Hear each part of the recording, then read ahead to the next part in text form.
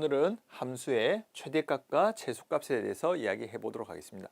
자, 우리가 함수의 최대값, 최소값은 굉장히 관심이 많죠. 근데 이제 우리가 지금 이제 미분 이야기를 하지만 미분 배우기 전에도 꽤 많이 했던 주제예요. 우리 한번 기억을 한번 더듬어 볼까요? 첫 번째로 우리가 이차 함수를 통해서 함수의 최대값, 최소값을 처음 접했죠. 그래서 이제 이차 함수를 통해서 함수의 최대, 최소를 구하는 작업을 했었습니다. 그죠? 그리고 우리가 절대부등식이라는 걸 배우면서 뭐 산술평균, 기하평균 아니면 코시-슈바르제 부등식을 통해서도 최대값, 최소값들을 구했었고요. 그죠?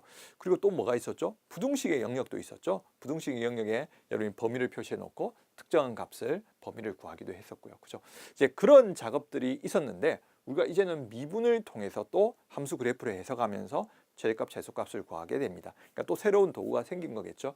자, 함수 fx가 닫힌 구간 a하고 b 사이에서 연속이고요. 극값을 가질 때, 자, 우리가 누구를 비교하냐면요. 극대값, 극소값, 함수값들. 그러니까 구간의 양 끝값입니다. 함수값들 중에서 가장 큰 값이 최대값이 된다라고 합니다. 자, 지금 보시면, 자, 여기가 시작한 값이죠. 이게 구간의 양 끝값이고요. 그 다음에 극대, 극소입니다. 그래서 실제로 이제 우리가 이 최대값들은 이런 값들, 극값하고 그 다음에 함수의 양 끝값이 되겠죠. 경우에 따라서는 왜 그러냐면 이 함수가 어떻게 움직이냐에 따라서 극소값이 이 값보다 더 커질 수도 있습니다. 뒤쪽에 올라가면서. 그죠? 예, 그렇기 때문에 우리가 극값들도 다 비교를 해주셔야 되고요. 그래서 이 값들 중에 가장 큰 값이 최대값이 되고요. 자, 저 값들 전체에서 비교해서 가장 작은 게 최소값이 됩니다. 결국에는 우리가 비교해야 될 거는 극대값, 극소값과 구간의 양 끝값이 되겠죠.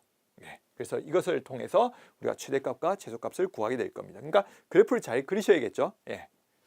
자, 그런데 이제 우리가 만약에 fx의 극값이 닫힌 구간에서 오직 하나만 존재한다? 그러면 극값이 극대값이라면 그것이 최대값이 될 거고요. 극값이 극소값이라면 최소값이 된다. 이게 무슨 이야기냐면요. 극값이 하나만 존재하면 그래프 개형상으로 뭐 이렇게 되는 거예요. 구간의 양 끝하고. 그럼 극값이 하나뿐인데 극대값뿐이죠? 그럼 여기가 최대가 되겠네요. 아니면 이렇게 됐어요. 극값이 하나뿐인데 극소값이에요. 그럼 최소가 되겠죠? 예, 그런 이야기가 되겠습니다. 그러니까 극값이 하나라면 주저함 없이 최소를 쉽게 결정할 수 있고요. 그렇지 않고 극값들이 여러 개 있고 하면 비교를 해주셔야 된다는 이야기가 되겠습니다.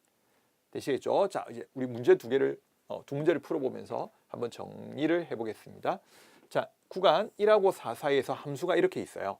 이 함수의 최대값을 large m, 최소값을 small m이라고 할 때, 자, large m 더하기 small m을 이 20이다. 이때 a를 결정해 달라는 이야기입니다. 자, 이 함수는 미수가 들어있네요. 자, 일단은 우리가 미분을 해서 그래프 개형을 판단해 보겠습니다.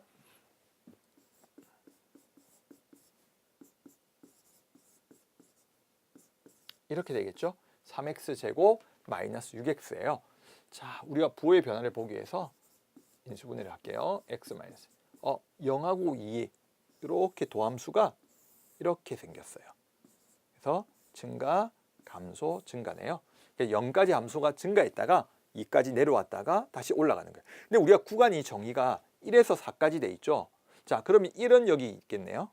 자, 1에서부터 2까지는 감소하다가 그 다음에 4에서 올라가는 4까지 올라가겠죠.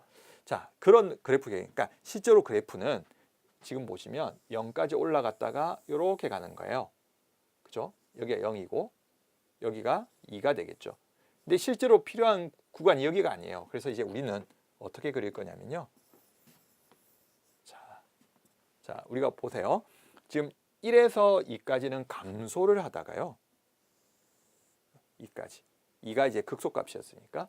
그래서 2에서 4까지는 올라갈 거예요. 그래서. 근데 이제 이것도 조심을 해야 되는 게 지금 우리가 여기가 2라는 건 알지만 그죠? 여기가 4예요. 구간의 끝. 그리고 1이에요. 근데 반드시 이게 4일 때가 함수값이 더 크다는 건 아니에요. 예, 지금 증가만 표현을 했고요. 값을 구해봐야 됩니다. 자, 1을 집어넣으니까요. 1을 집어넣으니까 a-2네요. 자, 여기 2를 집어넣으니까 이 값이 제일 작은 건 확실하죠. 극소니까. 2를 집어넣으니까 8, 2는 4, 12 더하기 a예요. a-4네요. 4가 되고요. 자, 이 값은 여기에 4를 집어넣으니까 64. 자, 그 다음에 48. 확실히 크긴 크네요. 그죠? a 더하기 16이 되겠습니다. 자, 그렇다면 이 문제에서 말하는 우리가 최대와 최소의 합은요. 최대는 a 더하기 16이 되겠고요. 4까지니까 최소는 a-4가 되겠네요. 왜냐하면 이 a 값에 대해서 2를 빼고 16을 정했으니까 당연히 이 값이 크겠죠. 그래서 우리가 최대값은 a 더하기 16이고요. 자, 최소값은 a-4가 되겠고요. 이 값이 20이다. 이렇게 해서 풀 수 있겠네요. 자, 그럼 더해 주시면 2a가 되겠고요. 자, 계산하면 16에서 4 빼면 10이네요. 넘어가면 8이 되나요? 그래서 a가 4가 되겠네요. 자, 우리가 미수가 있었지만 최대값과 최소값을 구해서 더해서 미수를 결정을 해줬고요. 그래프의 개형은 도함수의 보호 변화를 통해서 제가 찾아봤습니다. 아시겠죠? 자, 이렇게 해서 우리가 최대 최소를 구할 수 있고요. 자, 이제 활용 문제 하나 해볼게요.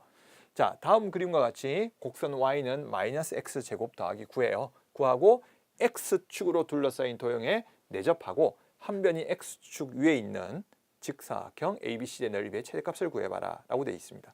자, 저는 이 C라는 점을 뭐라고 잡을 거냐면요. x, 0이라고 잡을게요. 근데 x가 양수예요. 왜냐면 이 좌우에 잡히니까 오른쪽에 잡히니까 저는 x의 범위를 0에서 3 사이라고 할게요. 자, 이렇게 하고요. 자, 그러면 D는 어떻게 잡힐까요? x, D는 x, 마이너스 x 제곱 더하기 9가 되겠네요. 그죠? 그래서 저 면적을 우리가 x로 표현을 할 거예요. 그런데 이 밑변의 길이는 2x가 되겠네요. 그죠? 자, 이제 fx를 제가 넓이를 fx라고 잡겠습니다. 여기 y라고 썼기 때문에 fx는 자, 밑면적이 2x고요. 자, 높이가 이 마이너스 x 제곱 더하기 9가 높이가 되겠네요.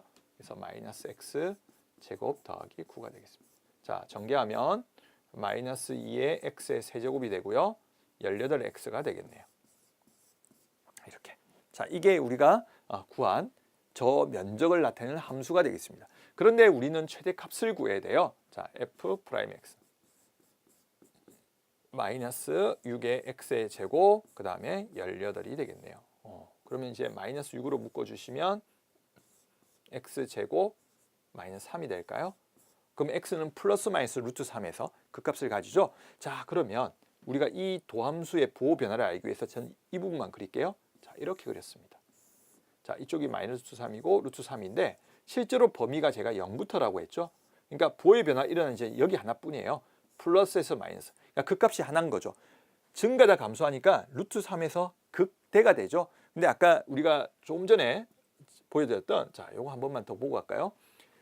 닫힌 구간에서 함수 fx의 극값이 오직 하나만 존재하면 그 극대값이 최대값이라고 했죠. 자, 그래서 지금은 0과 3 사이에서는 극값이 하나만 존재하죠. 그 루트 3일 때가 최대값이 되겠습니다. 그래서 우리는 f의 루트 3을 구하면 되겠네요. 이 식이 아니죠. 여기서 루트 3을 구해주시면 되겠네요. 그래서 f의 루트 3은 자, 2루트 3 그죠? 자, 루트 3을 제곱을 하게 되면 마이너스 3이 되겠죠? 이게 3이 되고 마이너스 3이 돼서 9를 더하니까 6이 되겠네요. 그래서 12 루트 3이라는 최대값을 구할 수가 있었습니다. 아시겠죠? 자, 그래서 우리가 이제 생각하는 과정을 좀 살펴보면요. 지금 이 활용 문제인데 여기를 x로 표현을 했고요. 그러면서 이제 우리가 관계식을 찾아내서 미분을 했는데 구간 내에서 그 값이 하나만 존재했죠. 하나만 존재했기 때문에 그 부분을 우리가 최대값으로 받아들일 수 있었습니다.